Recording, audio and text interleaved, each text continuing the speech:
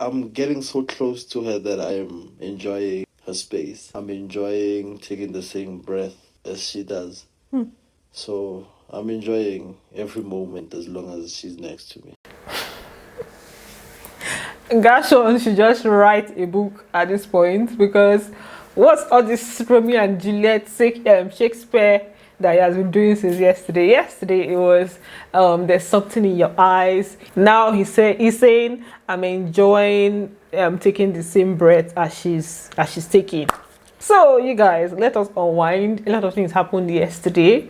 Initially, it didn't feel like there was a lot happening, but when I just put the videos together, I just realized that actually yesterday had a lot of things. So we are here to unwind. Welcome back to my channel. If you're new here, please do subscribe, turn on your post notifications so that I can get notified each time I post a brand new video, and don't forget to give this video a thumbs up. So since we're unpacking things, I'm just going to try to go accordingly, then include a few things here and there. Let me begin with the fight that Ntabi had with Venus, of which a lot of people did not see the beginning of the fight, but I kind of understood what the fight was about later on. Basically, Venus had brought up a suggestion while they were doing their painting, and apparently Ntabi shut down the suggestion in a somewhat rude manner, and it got to Venus, and she was just complaining.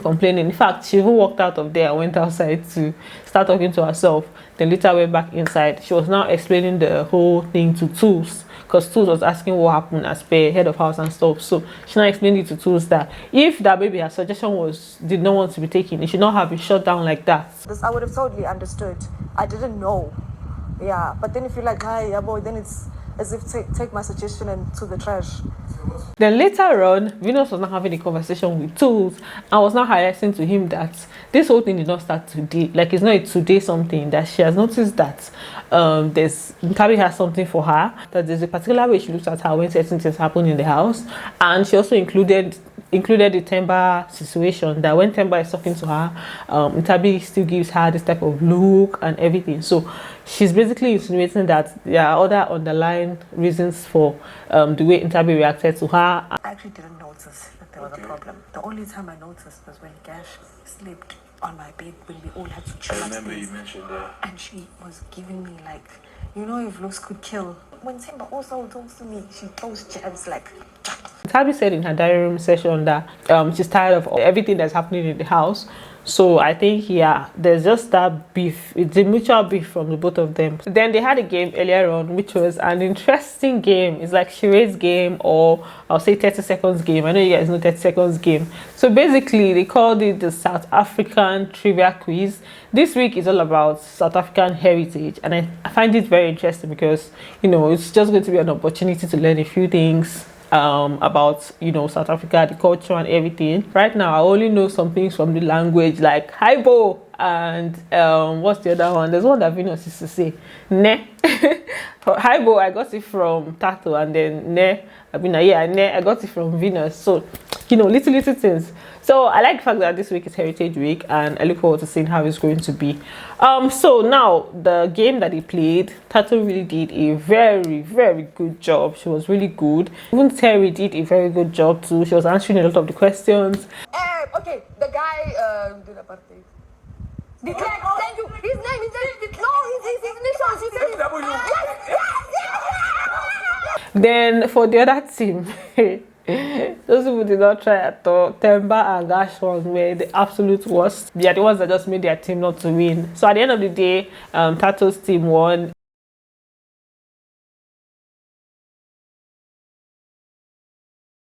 So that's it for their games. Let's talk about Gash1 and Tatu. So Gash1 had his diary room session today, and Big Brother likes to notice.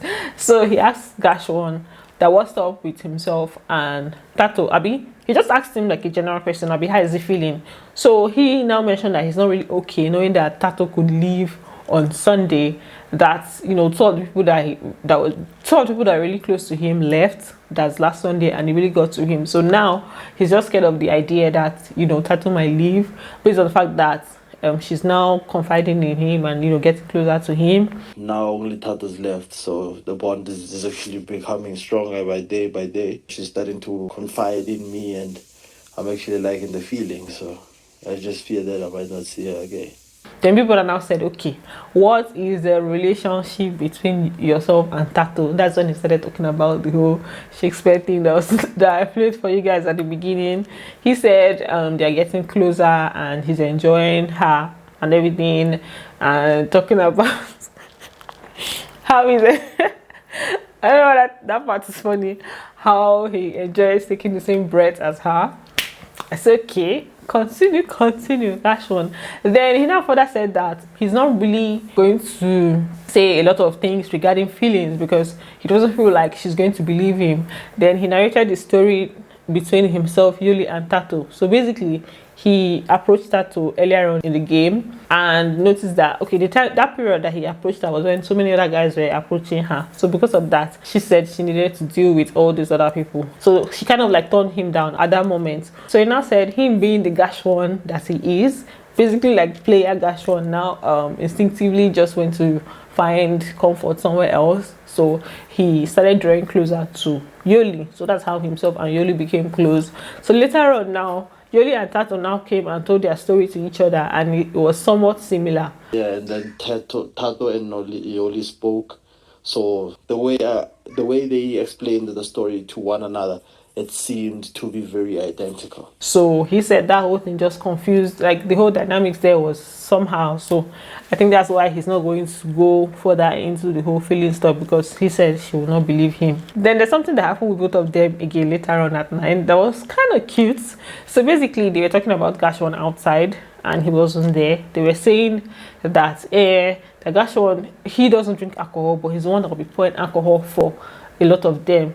So what they were implying in the whole talk show was that more like he usually pours alcohol for them so that they'll get drunk and maybe misbehave, and he's going to see them in their worst states.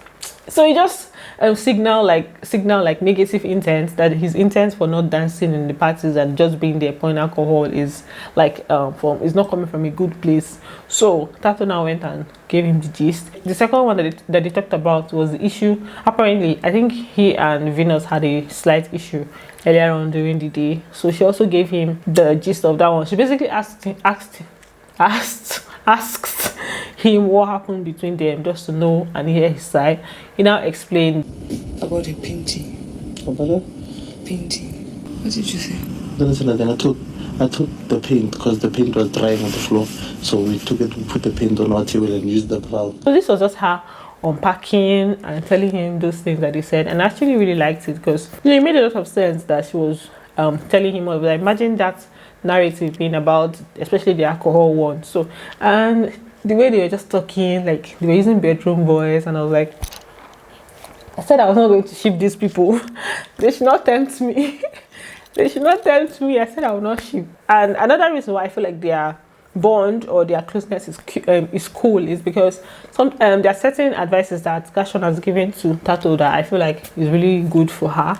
Like when to put her up for nomination, Gash1 told her that she should not show her emotions too much, that she can feel how she wants to feel, but because she was asking him for advice on how to react, and he was just telling her that she should not show it. Feel it within, but not show it out. So Tools was not explaining things to her today. You know, the reason why he put her up, all those plenty talk that he has been doing to with the other people. Then Thato was now saying that it's fine, that wasn't all hard. I even went to hug him. Immediately he did what he did. But good news. Okay, as long as we mixed up, man. I thought she'd hate me, or at least. Tools, I came to you immediately. So when Lauren said goodbye, I stood after I came to you and I said, it's all good.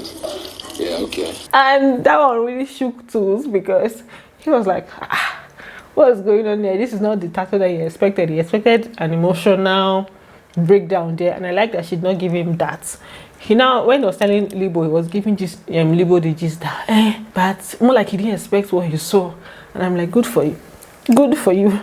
Good for you too. I feel like it's the way she's all of a sudden switched her. Man. She's no longer that little, I'm afraid. No. Now, from what I picked up, she was like, yeah, we're cool. You even see that she's speaking to me. I'm like, hey. So that's it for them, Sha, and the whole Gash1 dynamics. What do you guys think about, the Thato and Gash1 dynamics? Meanwhile, in that Tools and Libo's conversation, Libo was basically telling Tools that Mpho has been giving him a very, very odd type of vibe, that whenever he says something, she just, the way she reacts, she gives him that very awkward look, and there's a lot of tension between them. So we're just unwinding and be saying things about Mpho. I don't know why she's acting so strange, bro. Like she's like extremely cold, and it's even when I dress something, I get this. I don't want to be around. It's the energy. Thank God, that like the bed was moved. And then he now went for that to say that it may not be, it's not a coincidence, I mean, it's a coincidence, or it may be a coincidence, but he has noticed that whenever they are apart, he keeps winning. Like he starts to win, or that's when he wins the most. And then Tools now also confirmed it that look at him now, head of house, this one, that one, all the other things that he has been getting of recent. And I'm like, Tools, were you even close to her before? So how is it that you're now apart and you're now winning? So how does it even apply to you? Yeah, and I mean, I know it's a coincidence that as soon as we're apart, I start winning. That's what I'm saying. Look at me. Yeah.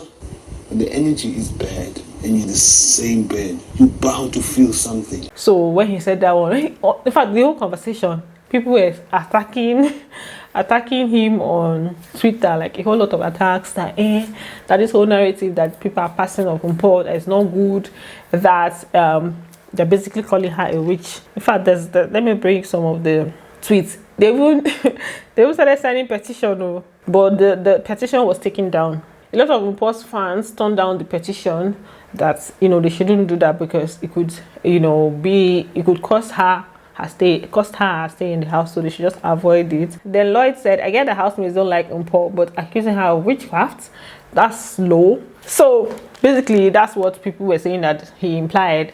But I don't think that's what he was implying. He was just saying that their energies are not matching. And I think they use the word energies a lot in the house. The other things that they said that were now beginning to sound like an accusation somehow, because Tools was highlighting a Venus dream that some people will be against her this week. And because of the fact that Ntabi is against her, so it's not like maybe her dream is coming to pass, and then Mpho is also in the mix somehow. So people are just saying that they were accusing her of witchcraft. Now Mpho has revealed to Gash1 what she said about him. One time she was having a conversation with some of the ladies, so she basically told him that the two people that she kind of considers in this house in that way, like sexually basically, it would be himself, that's Gash1, and Temba. And the way Sister Mara reacted, like, Mpho. At the moment, I think the guys that really do it for me, there's not much guy left in the house. It's you and Temba.